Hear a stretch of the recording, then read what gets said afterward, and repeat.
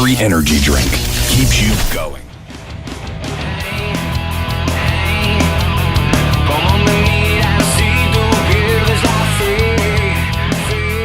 Hey, this is Sean with the Metalheadz. I'm here with Breed77 at Hammerfest.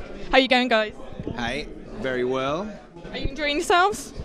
Well, we've woken up, our bus turned up and it was sunny, and sunny's good. For our viewers that are not familiar with Breed77, can you tell us a bit about the band? Well, we've been rocking around for a while now, a few albums round. We do like a kind of flamenco metal fusion crossover thing. Yeah, we're from Gibraltar, so it's like a British kind of mixture of British metal with Latin sounds. Cool. You released your fifth album, Insects, in 2009, and you've been touring quite extensively since. How have the new songs been received by your fans, and when will you start writing the new records? Well, writing the new record, we are in the process at the minute. And yeah, the songs are, we've been lucky that we've done a couple of tours. We did the Devil Driver tour in Europe, and then we're doing now El Niño. So it's really working for us, you know, like the audiences out there in Europe are getting to meet and breathe. Cool. Your music mixes traditional Mediterranean influences with contemporary rock, which is fairly different things. Which made you want to mix the two together?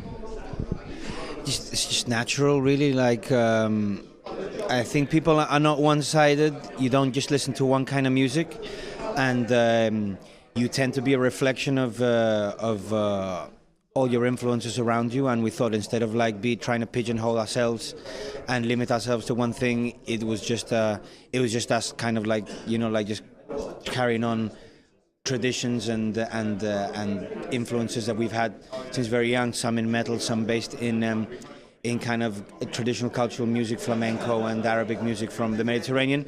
But principally, it's just like a real no-brainer. It's just like, this is what we've been listening to our whole lives.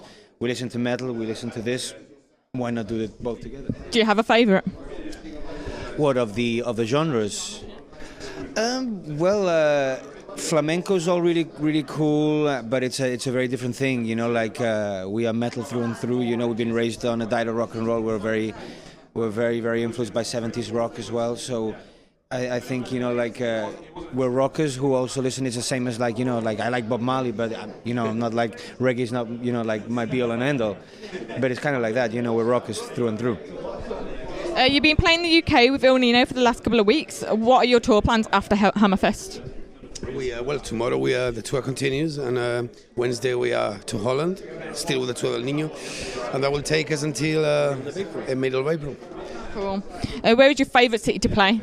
It's a difficult question, that one. I would say England has been the territory that we've been most, because we are a British band and it's close to our heart.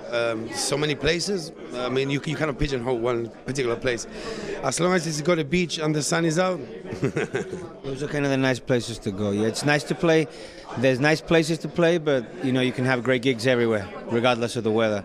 And had a stormer last night in Nottingham. Nottingham was good. London was great last week. Glasgow was good. Manchester's cool.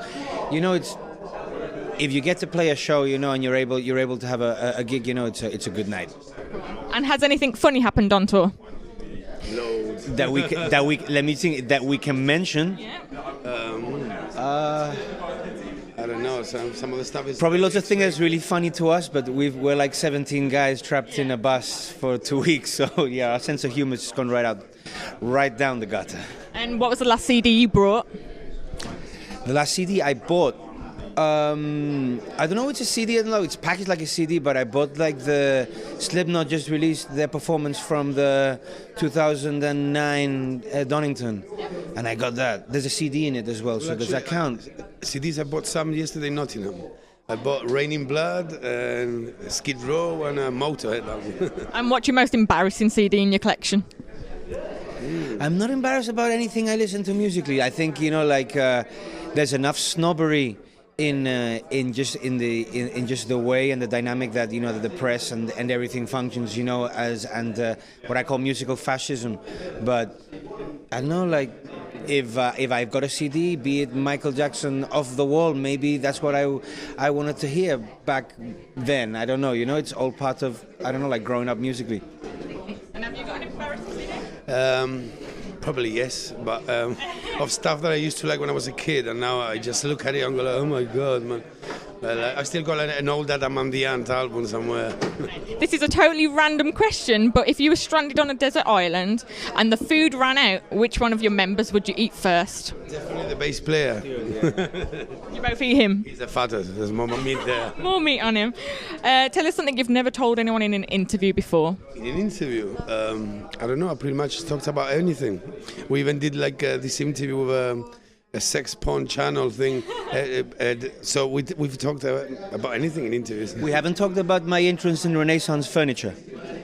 Okay. Oh, okay. You can give it a mention. Yeah. Furniture, heavy metal furniture. No problem. And are you looking forward to your gig later? Yeah, totally, man. But it's an honor. It's Accept playing as well tonight. And have you got a favourite festival that you like playing? Download is one of my favourite festivals. Any foreign festivals? There's loads of Wacken. It's really nice, good. There's a couple in Spain. Viña Rock, nice one too. Cool. And finally, have you got anything else to say to our viewers? Yes, support things like this. Hammerfest is important. Above all else, the most important thing here is there's loads of British bands, and that's a scene we've got to nurture and support, because that's what's going to make this happen year in, year out. And yeah, go the British bands. No problem. Thank you for your time. Thank you. Bye.